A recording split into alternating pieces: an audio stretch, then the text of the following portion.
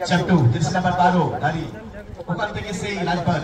আবার সেই চট্টু সুন্দর একটা পাস দেখতে পাচ্ছি নাম্বার 3 पर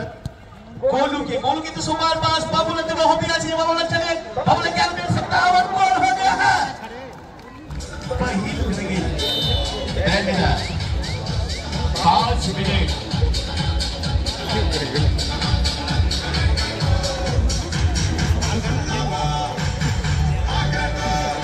সামনে থেকে যে রিটার্নিং গোল করবে ওনাকে টিআর স্টোন সুন্দরপাড়ি থেকে 1000 টাকা দিয়ে পুরস্কৃত করবে और सुंदर का बॉल हो गया है सकल बाबूलाल का हम देखते हैं बाबूलाल का स्टिकर करते हैं बाबूलाल का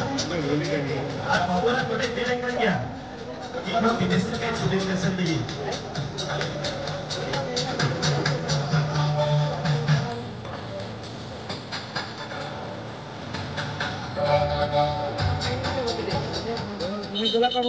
अब चलिए अब देखते हैं